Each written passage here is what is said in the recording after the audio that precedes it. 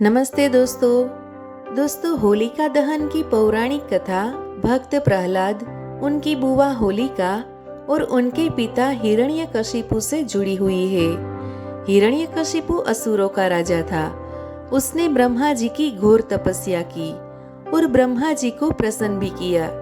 जब ब्रह्मा जी प्रकट हुए और वरदान मांगने के लिए कहा, तब हिरण्यकशिपु ने अमरत्व का वरदान मांगा, लेकिन ब्रह्मा जी ने कहा यह संभव नहीं है। तब हिरण्यकशिपु ने एक ऐसा चालाकी से भरा वरदान मांगा जिससे वह अमर बन जाए। हिरण्यकशिपु ने वरदान मांगते हुए कहा कि मुझे न कोई मनुष्य मार सके, न कोई देवता मार सके। मैं न दिन में मारा जाऊं, न रात में मारा जाऊं, न घर के अंदर मरूं, न घर के बाहर मरूं, न जमीन पर मरूं, न आकाश में मरूं, न किसी शस्त्र से मरूं, न किसी अस्त्र से मरूं।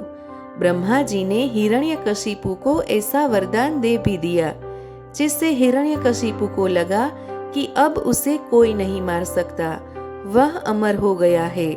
इस वरदान के कारण वह अहंकारी हो गया और स्वयं को भगवान मानने लगा। उसने अपने राज्य में विष्णु भक्ति पर प्रतिबंध लगा दिया, लेकिन उसका पुत्र प्रहलाद भगवान विष्णु का परम भक्त था। उसने अपने पिता की बात नहीं मानी और सदैव भगवान विष्णु की भक्ति करता रहा। यह देखकर हिरण्यकशिपु अपने पुत्र पर भी क्रोधित हो गया। उसने अपने पुत्र को कई प्रकार की यातनाएं दी और भिन्न भिन्न तरीकों से मारने का भी प्रयास किया, लेकिन भगवान विष्णु की कृपा से प्रहलाद का बाल भी बाका नहीं हुआ। तब हिरण्यकशिपु ने अपने पुत्र प्रहलाद को मारने के लिए बहन होलिका की मदद ली। एक मान्यता के अनुसार होलिका ने कठिन तपस्या की थी, जिससे प्रसन्न होकर ब्रह्मा जी ने उसे यह वरदान दिया कि अग्नि उसे जला नहीं सकेगी। लेकिन इस वरदान का उद्देश्य यह था कि वह संकट के समय अपने परिवार की रक्षा कर सकेगी। हिरण्यकशिपु ने होलिका को आदेश दिया कि वह प्रहलाद को गोद में लेकर अग्नि में बैठे, जिससे प्रहलाद जल जाए और उसकी विष्णु भक्ति समाप्त हो जाए।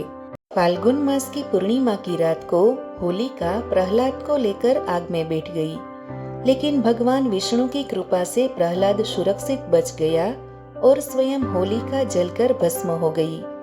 इससे हमें यह शिक्षा मिलती है कि वरदान का उपयोग सद्भावना और धर्म के लिए किया जाना चाहिए, अन्यथा उसका प्रभाव नष्ट हो जाता है।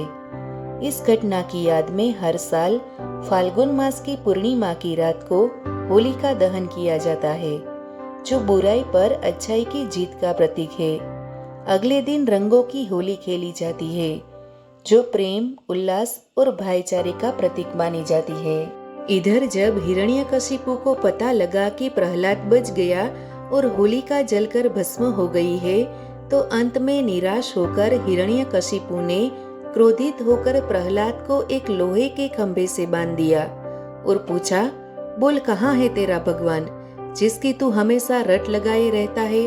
प्रहलाद ने निडर होकर जवाब दिया कि सभी जगह तो है भगवान। तब उसके पिता ने कहा, क्या इस खंभे में भी है तुम्हारे भगवान?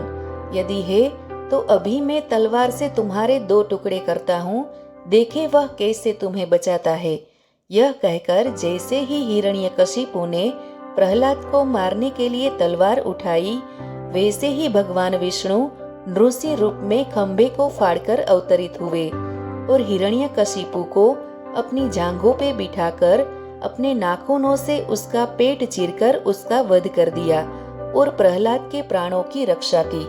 उसके बाद प्रहलाद को भगवान विष्णु ने राज्य का राजा बनाया और सारा राज्य भगवान विष्णु की भक्ति में लीन हो गया। यह कथा हमें बताती है कि सत्य और भक्ति की हमेशा जीत होती है। चाहे कितनी भी कठिनाइयां क्यों न आए, भगवान हमेशा अपने भक्तों की रक्षा करते हैं।